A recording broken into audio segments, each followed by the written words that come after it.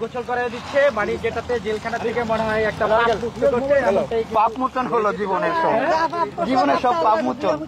আমি সংসারটা আমি রান করতেছি, আমার বাবা মা ভাই বোন ভাবি বাস্তি এরা আছে, এদেরকে নিয়ে আমি চলতেছি। আমি চাই আমার জীবনটা নিয়ে আমি এভাবে চলতেই, এইভাবেই লাইফটা পার করে দিতে চাই আমার বাবা মার মুখে হাসি রেখে। আর কারো ঘৃণার পাত্র হতে চাই না, আমি সবার ভালো পাত্র হতে চাই, সবার দোয়া চাই, আমি আর কিছু চাই না। যে মামলায় আপনি জামিনে বের হয়েছেন, জি, কারো উদ্দেশ্যে আপনি কোনো কিছু বলতে চান? না, আমি কারো উদ্দেশ্যে কিছু বলতে চাই না, আমি কাউকে বদনামও করতে চাই না, কারো দোষও দিতে চাই না। এটা আমার নসিবে ছিল, আল্লাহ তাআলা আমার কপালে রাখছে। আপনারা শুনলে অবাক হবেন, ওইখানে তো অনেকের কাজ কাম নাই, কিছু করতে পারে না কেউ। আমি তো ওইখানে আজেরাই ছিলাম, 5 ওয়াক্ত নামাজের মনে করেন নামাজি ছিলাম। ঠিক আছে, এইটা আমি চেষ্টা করবো চালায় যাওয়ার জন্য। যখন আমি আল্লাহর উপর ভরসা রাখি, আর কিছু না, উনি যা করবে ভালো করবে আমার জন্য, এটাই আমার আশা। জি জি, মা বাবাকে ছাড়া জীবনের প্রথম ঈদ করলেন জেলখানায়। মা বাবাকে নিয়ে তো জন্মের পর সব ঈদগুলোই করছি, এটাই বললাম। মা বাবাকে নিয়ে জন্মের পর সবগুলো ঈদ করছি, কিন্তু এইটা একটু ডিফারেন্ট ছিল। এটা একটু জেলখানার যে বন্দি মানুষগুলো আছে তাদেরকে নিয়ে করছি। তারা যারা এমন মানুষ আছে যারা হচ্ছে আমাকে 17 সালে ফলো করতো, তারা তারপর থেকে জেলখানায়, তারপর থেকে আমাকে দেখে নাই, প্রথমবার জেলখানায় দেখলো এতদিন পর। তাদেরকে নিয়ে উৎসব করছি, ঈদ করছি, ভালো লাগছে, খারাপ লাগে নাই অতটা। উৎসবের মধ্যে বাবা মাকে তো অবশ্যই মিস করছি, তাদের জন্য চোখের অশ্রু মনের অজান্তেই চলে আসছে চোখ দিয়ে। এগুলো আর বলে প্রকাশ করার তো কিছু নাই। মা বাবার জন্য সবসময় একটা সফট কর্নার মনের অন্তরস্থলে থাকে, মা বাবাকে ভালোবাসি। আচ্ছা, আমরা শেষ করবো। বলি যে আমি আজকে কিন্তু চমৎকার একটা হাসি দেখতে পাচ্ছি, মানে আপনার দুই পাশে দুইজন মানুষ আছে, কিন্তু গত 20 দিন ধরে কিন্তু এই জিনিসটা দেখিনি। আন্টি আজকে মনে হয় ভোর 5টা থেকে এখানে এসে উপস্থিত। তো আন্টি, এই যে সন্তানকে দুধ নিয়ে আসছেন গোসল করার জন্য, আসলে কি কেন একটু যদি সময় তো ছিল না,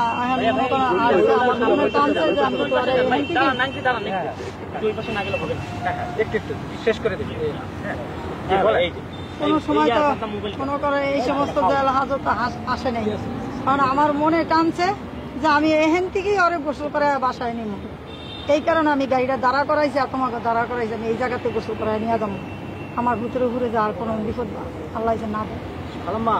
দোয়া করবেন আপনারা, বিপদ না আসে, আল্লাহ যে বিপদের মুক্তি করে, আল্লাহ যে ওরে ভালো রাখে। জানি না এটা আপনারা কিভাবে দেখবেন, আমি জানি না। তারপরে এটা আপনারা একটা পবিত্র জিনিস, অনেকে অনেক কথা বলেন। সোনার উপর পানিও ভালো, পানিটা কি যাই হোক, এটা আপনারা আবার নেগেটিভ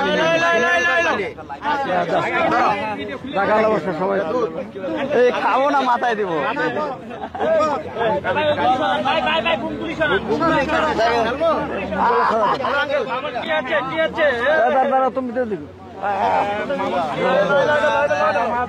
গোসল করে দিচ্ছে মানে যেটাতে জেলখানা থেকে মনে হয় একটা পাপ মোচন হলো জীবনের সব পাপ মোচন। আল্লাহ দিয়া মুছে